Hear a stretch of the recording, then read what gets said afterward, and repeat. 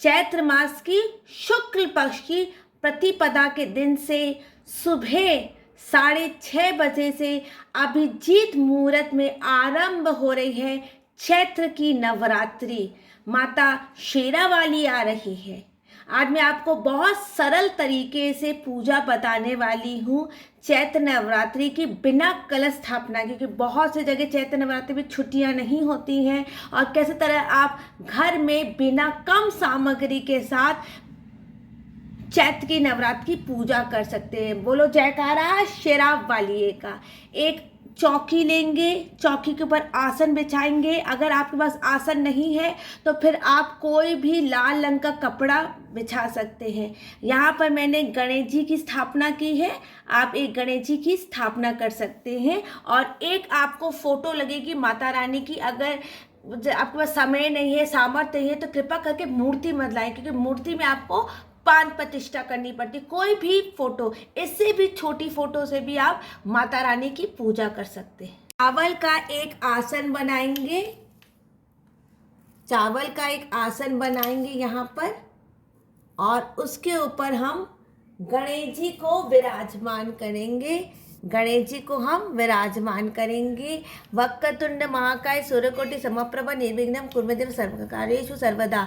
इसमें हम लाल कंकु लगाएंगे, हल्दी लगाएंगे और अक्षत छीटेंगे। अक्षत छीटेंगे, ये होगी गणेश जी की स्थापना। उसके बाद हम आरंभ करेंगे माता रानी की पूजा। एक कलश लेंगे, उसमें जल लेंगे और ये जल हम पूरे आसन पे छीटेंगे और शुद्धिकरण करेंगे। पवित्र पवित्र वायव्यम शुचि, पवित्र वायव्यम शुचि, शुद्धिकरण करेंगे पूरे चौकी। हाथ में पुष्प लेंगे और संकल्प करेंगे। लाल पुष्प लीजिए, माँ को लाल पुष्प बहुत पसंद है कि आज मैं माता रानी की पूजा करी हूँ चैत्र मास के शुक्ल पक्ष की प्रतिपदा एकम तिथि के दिन माता रानी की पूजा कर रही हूँ, माता रानी का आवाहन कर रही हूँ, माता रानी के 9 स्वरूपों की पूजा और आह्वान कर रही हूँ। अपना नाम बोलिए, गोत्र बोलिए, अगर विवाहित है तो पति का गोत्र बोलिए, और अगर विवाहित नहीं है तो पिताजी का गोत्र बोल के आप इस पुष्प को भगवान के, माता रानी के चरणों में रख दीजिए। उसके बाद हम माता रानी की पूजा आरंभ करेंगे। सर्व मंगल मांगल्ये, कंकु लगाएंगे। बहुत सरल तरीके से मैं पूजा बता रही। कंकु, ये सब सामग्री आपके घर में रहती है। भगवान को रोली लगाएंगे, हल्दी लगाएंगे, माँ को चंदन नहीं लगता, अक्षत छीटेंगे, अक्षत छीटेंगे। भगवान माता रानी के ऊपर अक्षत छीटेंगे। जब आप माता रानी की पूजा कर रहे हैं नवरात्रि के प्रथम दिन, तो प्रथम दिन माँ का स्वरूप होता है शैल पुत्री का, हिमालय पुत्री का स्वरूप होता है। उसको ध्यान करेंगे और माता रानी को हम अक्षत चढ़ाएंगे। अक्षर चढ़ाए 9 देवियों का ध्यान करेंगे। जयंती मंगला काली, भद्रकाली, कपाली, दुर्गा, समा शिवा धातु ओम सर्वा बाधा विनिर्मुक्त दंडान मनुष्यो मत पदाते भविष्यते न संचय। उसके बाद हम भगवान माता रानी को हम चुन्नी चढ़ाएंगे, या उपवस्त्र में आपके पास जो भी है आप वो चढ़ा सकते हैं। माता रानी को चुन्नी चढ़ाई है, आप उपवस्त्र में कलावा भी चढ़ा सकते हैं। उसके बाद हम माता रानी के सामने सिंदूर की डब्बी रखेंगे और माँ को सिंदूर चढ़ाएंगे। सिंदूर चढ़ाएंगे, 9 बार सिंदूर चढ़ाया जाता है कि माँ के 9 स्वरूपों को याद करके माँ को 9 बार सिंदूर चढ़ाएंगे। सर्व मंगल मांगल्ये शिवे सर्वार्थ साधिके शरण्ये त्र्यंबके गौरी नारायणी नमस्तु। कलश स्थापना के सरल तरीके से हम पूजा करेंगे।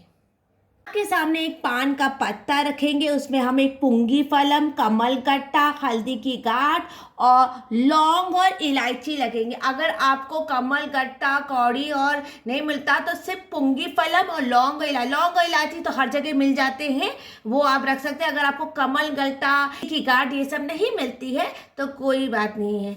बोलो जयकारा शेला वारिये का। माता रानी को लाल पुष्प चढ़ाएंगे, लाल पुष्प चढ़ाएंगे माता रानी को। और गणेश जी को भी हम लाल पुष्प चढ़ाएंगे। अगर आपके पास पुष्प नहीं मिलते हैं, भगवान को पुष्प नहीं मिलते हैं, तो आप माता रानी को कलावा भी चढ़ा सकते हैं, कलावा भी चढ़ा सकते हैं। आपको आपके पास अगर सामर्थ्य नहीं है, चुन्नी अगर नहीं चढ़ा सकते हैं, तो आप माता रानी को कलावा भी चढ़ा सकते हैं। उसके बाद भगवान के सामने हम सुहाग की सामग्री रखेंगे। सुहाग, अगर ये पूरी सुहाग की सामग्री आपसे नहीं होती है तो सिर्फ एक 9 दिन आप माता रानी के सामने सिंदूर की डब्बी रख लीजिए, या तो आप कोई भी चूड़ी बिंदी आप रख सकते हैं। सुहाग का जो सामग्री है, अगर आप शुरू के दिनों में, क्योंकि शुरू के दिन में माँ के तपस्या का स्वरूप है, माँ के छठा स्वरूप कात्यायनी का स्वरूप है, तो उस दिन आप माँ को कोई भी चुन्नी या साड़ी चढ़ा सकते हैं। पहले दिन आप कोई भी एक सिंदूर की डब्बी हो वो माता रानी के सामने रख सकते हैं। बोलो जयकारा शेरा वालिए का। भगवान को, माता रानी को भोग करने में हम पंचमेवा भोग करेंगे। पंचमेवा भोग करेंगे। माँ के पूजा में कहीं पर भी तुलसी का इस्तेमाल नहीं होता। कृपा करके माँ की पूजा में तुलसी मत रखिए और केला भोग करेंगे। अगर आपके मेवे की सामर्थ्य नहीं है तो सिर्फ और सिर्फ केला भोग कर दीजिए माता रानी को। केला बहुत शुभ फल होता है। कदली फलम समर्पयामी, कदली फलम समर्पयामी। और इतना सरल तरीके से पूजा करते हैं, बहुत कम सामग्री के साथ, कंकु हल्दी अक्षत के साथ। माँ को चंदन नहीं चढ़ता। अगर आपका लाल चंदन है तो कृपा करके लाल चंदन की से पूजा कर सकते हैं।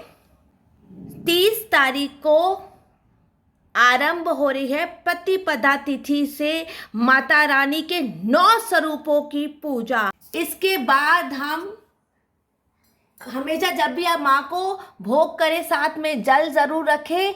जल आपकी पूजा का साक्षी होता है, जल आपकी पूजा का साक्षी होता है। सरल तरीके से मानसिक संकल्प करके भी या किसी मंदिर में भी जाके आप माता रानी शेरावाली के पूजा कर सकते हैं। अगर आप व्रत नहीं कर सकते हैं तो कृपा करके स्वास्तिक भोजन और सुबह जब तक आप पाठ पूजा माँ का ना करें, सिर्फ फलाहारी भोजन करके ही माँ को पूजा करें। बोलो जयकारा शेरा वालिए का। आप माता रानी की आरती कपूर से भी कर सकते हैं, धूप से कर सकते हैं, मिट्टी के शुद्ध दीपक से भी कर सकते हैं। ओम जय जय आद्या शक्ति अखंड ब्रह्मांड ति पाव्या। पर आपके घर में जो आरती होती है आप वो आरती कीजिए। हमारे घर में ये आरती होती है, हम ये आरती कर रहे हैं। जय आद्या शक्ति अखंड ब्रह्मांड ति पाव्या, पड़वे पंते माँ अम्बे जयो जयो माँ जगदम्बे, द्वितीया तेन स्वरूप त्रिभुवन माँ बेस्या, तया तखी तड़ुवेणी तड़वेनी शेरा वालिए का। और आरती को हमेशा ठंडा करना है। और अब इस वीडियो को मैं यहीं पर एंड करती हूँ। कृपा करके मेरे चैनल को लाइक कर दे, सब्सक्राइब कर दे, और कोई टूटी हुई है तो क्षमा कर दे। और ऐसे बहुत सारे वीडियो देखने के लिए कृपा करके मेरे चैनल को सब्सक्राइब कर दे। और अगर वीडियो अच्छा लगता है तो कमेंट में जयकारा शेरा वालिए